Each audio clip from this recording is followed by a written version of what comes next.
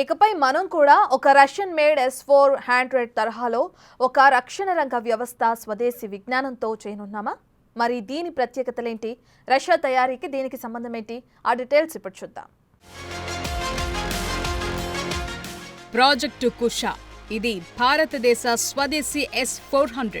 ఈ వాయు రక్షణ వ్యవస్థ నమూనాను వచ్చే ఏడాది నుంచి ఏడాదిన్నర కాలంలో పూర్తి చేయాలన్న లక్ష్యంగా పెట్టుకున్నారు మన రక్షణ రంగ అధికారులు. మన స్వదేశీ S-400 నమూనా తయారీ పూర్తయితే దీన్ని 12 నుంచి 36 నెలల వరకు ట్రయల్స్ వేస్తారు. ఈ టెస్టింగ్ లో పాస్ అయితే ఇక దీన్ని కథన రంగంలోకి వదులుతారు. ఆపరేషన్ సింధూర్లో పాక్ టర్కిష్ డ్రోన్లు, చైనా మిసైళ్లను వదలటంతో వీటిని సమర్థవంతంగా అడ్డుకోవటానికి మనం రష్యన్ S-400ని వాడాం. ప్రాజెక్టు కుషాలో భాగంగా S-400 రకం స్వదేశీ long range surface to air మిసైళ్ల వ్యవస్థను రూపొందించే యత్నంలో BEL పురోగతి సాధిస్తున్నట్టు తెలుస్తోంది. ఆకాష్ టీర్ వంటి వాయు రక్షణ వ్యవస్థల నుంచి 40,000 కోట్ల వరకు ఆర్డర్లు ఆశిస్తున్నట్టు తెలుస్తోంది. ఇక DRDO నేతృత్వంలో BEL అభివృద్ధి భాగస్వామిగా ప్రాజెక్టు కుషా తయారవుతోంది. ఇది కూడా తయారైతే మన ఆయుధ వ్యాపారం మరింత పుంజుకునే అవకాశం కనిపిస్తోంది. నియంత్రణ వ్యవస్థలు, వివిధ రకాల రాడార్లు, వాటి అనుసంధానం కోసం తమ సంస్థ పనిచేస్తోందని అంటున్నారు BEL MD మనోజ్ జైన్. త్రైమాసిక ఆదాయాల ప్రకటన సందర్భంగా ఆయన ఈ మాట చెప్పారు. జాతీయ భద్రతా సలహాదారు అజిత్ దోవల్ మే 27న రష్యా వెళ్తారు. మాస్కోలో 29వ తేదీ వరకు జరిగే అంతర్జాతీయ ప్రతినిధుల సమావేశంలో పాల్గొంటారు. ఈ సందర్భంగా రష్యాను మిగిలిన S-400 డెలివరీ ఎప్పుడిస్తారో అడుగుతారు. 2018లో భారత్ S-400కి సంబంధించి 5 యూనిట్లను కొనుగోలు చేసింది. దీని విలువ భారత కరెన్సీలో 35,000 కోట్లు. వీటిలో ఇప్పటి వరకు 3 భారత్ చేరుకోగా మిగిలిన 2 ఇంకా రావాల్సి ఉంది. వీటి కోసం దోవల్ సంబంధిత అధికారులపై ఒత్తిడి తెచ్చే అవకాశం ఉంది. 4వ యూనిట్ ఈ ఏడాది చివరి నాటికి భారత్ వచ్చేలా తెలుస్తోంది. 5వ సెగ్మెంట్ వచ్చే ఏడాది కల్లా వస్తుందని అంచనా. ప్రాజెక్టు కుషాతో పాటు BEL quick reaction surface to air missile ని కూడా తయారు చేయడంలో బిజీగా ఉంది. ఇందుకోసం మరో ప్రత్యేక బృందం పనిచేస్తోంది. దీని విలువ సుమారు 30,000 కోట్లు. QRSAM అంటూ షార్ట్ ఫామ్ లో పిలిచే దీనికోసం ఇప్పటికే ఆర్డర్లొస్తున్నాయని ఆశాభావం వ్యక్తం చేస్తున్నారు నిర్వాహకులు.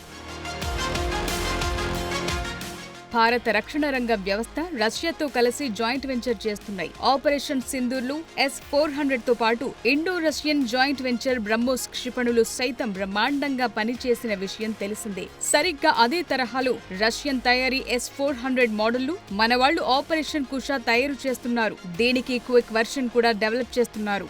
ఇటీవల యుద్ధంలో భారత్ S-400ల సాయంతో 300కు పైగా పాకిస్తానీ డ్రోన్లను కుప్పకూల్చింది. అంతేకాదు పాకిస్తానీ డ్రోన్లు, క్షిపణులను నిలువరించడానికి భారత వైమానిక దళ integrated air command control system Russian S-400తో కలిసి స్వదేశీ ఆకాశ సమర్ క్షిపణులు, బరాక్ 8 అధునాతన యాంటీ డ్రోన్ సిస్టమ్స్ సైతం మోహరించింది భారత సైన్యం. రష్యాకు చెందిన అల్మాజ్ యాంటే నిర్మించిన S-400లు డ్రోన్లు, మిసైళ్లతో పాటు అనేక వైమానిక టార్గెట్లను ఏకకాలంలో ఫిక్స్ చేసి వాటిని బ్లాస్ట్ చేయగలదు. ఇది 400 కిలోమీటర్ల వరకు సుదూర లక్ష్యాలను చేస్ చేసే సామర్థ్యాన్ని కలిగి ఉంటుంది. సరిగ్గా అలాంటి శక్తి సామర్థ్యాలతో ప్రాజెక్టు కుషాను తయారు చేస్తోంది భారత్. దీంతో భారత్ ప్రపంచ ఆయుధ మార్కెట్లోకి మరింత ఘనంగా ఎంట్రీ ఇవ్వగలదు. ప్రపంచంలోనే భారతే గొప్ప మిలిటరీ వ్యవస్థ. మన మిలిటరీ, మన ఆయుధాలు ఇప్పుడున్నంత స్ట్రాంగ్గా గతంలో ఉండేది కాదు. దానికి కారణం ఏంటి? ఇప్పుడిప్పుడే భారత్ ఎందుకు ఈ రంగాన్ని స్ట్రాంగ్ చేస్తుంది? దీని వెనుక గల పరిణామ క్రమాలు ఎలాంటివి? భారత్ బేసిక్గా ఒకరి జోలికి వెళ్లి యుద్ధం చేసి అలవాటు లేదు. ఆ మాటకొస్తే అమెరికా కూడా అంతే. రెండో ప్రపంచ యుద్ధం సమయంలో ఎటు చూసినా శాంతి జపం చేస్తుండేవారు అమెరికన్లు. యుద్ధం వద్దు, శాంతి ముద్దు అంటుండేవారు. ఎప్పుడైతే పెర్ల్ హార్బర్ పై జపాన్ విమానాలు బాంబులు వేసి వెళ్లాయో ఆనాటి నుంచి అమెరికా ఆయుధ తయారు చేయడం మొదలుపెట్టింది. మొదట్లో అమెరికా వస్తువు తయారీ మాత్రమే చేసేది. వాటిని ఆపి ఆయుధ తయారీ మొదలుపెట్టింది. రెండో ప్రపంచ యుద్ధంలో జపాన్పై రివెంజ్ తీర్చుకోవడానికి గాను ఓపెన్ హైమర్ అనే అణుశాస్త్రవేత్తకు అణుబాంబు తయారు చేయమని నిధులు కేటాయించి ఆ దిశగా కథన రంగంలోకి కాలుమోపింది US. అప్పటి వరకు బ్రిటన్, అమెరికాను ఎంత బతిమలాడుకున్నా యుద్ధంలోకి అడుగుపెట్టింది కాదు అమెరికా. ఎప్పుడైతే జపాన్ అమెరికా ఆహాన్ని దెబ్బతీసిందో ఆనాటి నుంచి ఈ దేశం తనదైన శైలిలో ఆయుధాల మీద గురిపెట్టింది. ఏకంగా అణుబాంబులు తయారు చేసింది. హిరోషిమా నాగసాకిల మీద అణుబాంబులు వేసి రివెంజ్ తీసుకుంది. అక్కడి నుంచి అమెరికా ఆయుధ తయారీలో పెద్దన్నాయి కూర్చుంది. భారత్ కూడా ఇంచుమించు ఇలాంటి చరిత్రే. మనకంటూ పాకిస్తాన్తో కాశ్మీర్ గొడవే లేకుంటే ఈ యుద్ధాలు ఆయుధాలతో పనే ఉండేది కాదు. మన ఉద్దేశం కూడా అది. మనది శాంతియుత దేశం, మితవాద దేశం. మనకి విపరీతమైన రాజ్యాకాంక్ష ఉండేది కాదు. ఇదే కాశ్మీర్ని రాజా హర్సింగ్ భారత్లో కలపడానికి ఆయనంతట ఆయన స్వయాన ముందుకొచ్చారు కాబట్టి ఒప్పుకుంది భారత్. ఇదే చేటు తెచ్చింది.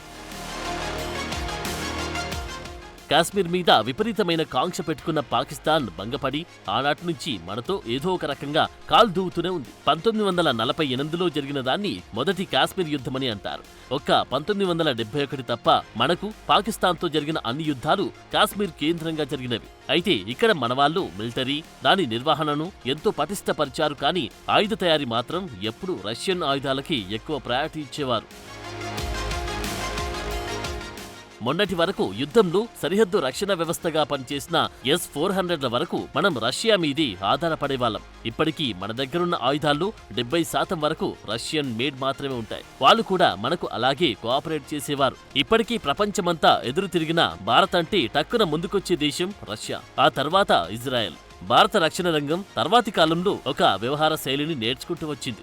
అది రష్యన్ టెక్నాలజీ సాయంతో వారి తరహాలో కొన్ని ఆయుధాలు తయారు చేసుకోవడం. ఇప్పుడు S-400 మోడల్లో ప్రాజెక్ట్ కుషా ఎలాగో గతంలో బ్రహ్మోస్ కూడా అలాగే. ఆ తర్వాత స్కై స్ట్రైకర్ల వంటి మరికొన్ని ఆయుధాల తయారీలో ఇజ్రాయేలీ సాంకేతిక పరిజ్ఞానం వాడుతూ మన ఆయుధ వ్యవస్థను అంతకంతకు పెంచి పెద్దది చేసుకుంటూ వస్తున్నాం. ఇప్పుడు మన ఆయుధశాల ఆత్మనిర్భర్ భారత్లో భాగంగా ఎన్నో ఆయుధ శ్రేణులను సొంతంగా తయారు చేసుకుంటుంది. ఇందులో 2 విషయాలు దాగి ఉన్నాయి. మొదటిది, మనమే తయారు చేసుకుంటే చౌకధరలకి పని పూర్తవుతుంది. ఇక రెండో విషయం, ఈ ఆయుధాలను మనం కూడా రష్యా, అమెరికా, చైనాలా అమ్ముకోవచ్చు. ఈ దిశగా మనం BrahMos, Akash, Nagastra, D4, spy striker ఇలా రకరకాల ఆయుధాల తయారీతో దూసుకెళ్తున్నాం. వీటితో పాటు అగ్ని, పృథ్వీ వంటి మిసైళ్ల సంగతి సరే. తాజాగా ప్రాజెక్ట్ కుషా. మనం మన ఆయుధ శ్రేణిని పెంచి పెద్ద చేసుకుంటూ పోవడం వల్ల భారత్ కూడా ఒక ఆయుధ తయారీ దేశంగా మారుతుంది. తద్వారా ఆయుధ మార్కెట్ని మరింతగా ఇంప్రూవ్ చేయగలం. ఇప్పటికీ మనం ఆకాష్, బ్రహ్మోస్ ఆర్డర్లను వేల కోట్ల రూపాయల మేర అందుకుంటూ తగిన లాభాలను పొందుతున్నాం. దీంతో ఇటు స్వామి కార్యం, అటు స్వకార్యం పూర్తి చేసుకోగలుగుతున్నాం. వచ్చే రోజుల్లో ప్రాజెక్టు కుషాను DRDL ఆధ్వర్యంలో BLE సాయంతో రెడీ అయితే తద్వారా జరిగే పర్యవసనాలు వేరే లెవెల్లో ఉండబోతున్నాయి. కారణమేంటంటే మొన్నటి యుద్ధంలో పాకిస్తాన్ ప్రయోగించిన టర్కిష్ డ్రోన్లు, చైనీస్ PL-15లను సమర్థవంతంగా ఎదుర్కొంది భారత్. అందుకు ప్రధాన సహకారం అందించింది ఈ S-400. ఇప్పటి వరకు మన దగ్గర 3 సిస్టమ్స్ ఉండగా వచ్చే రోజుల్లో మరో 2 రానున్నాయి. ఈ మాత్రంతో సరిపెట్టకుండా మరికొన్ని యూనిట్లను విరివిగా తయారు చేసుకోగలిగితే అవసరమైన చోట వీటిని మోహరించవచ్చు. ఇటు పాకిస్తాన్ ఎలాంటి కయ్యానికి కాలు దూవుతుందో అటు బంగ్లాదేశ్ కూడా ఈశాన్య రాష్ట్రాలను ఆశించి చైనాతో కలిసి అలాగే వ్యవహరిస్తుంది. దీంతో దేశవ్యాప్తంగా మనం కుషాలను సరిహద్దుల వెంబడి మోహరించుకుంటే ఇక భారత భద్రత మరింత కట్టుదిట్టమవుతుందంటున్నారు మన నిపుణులు.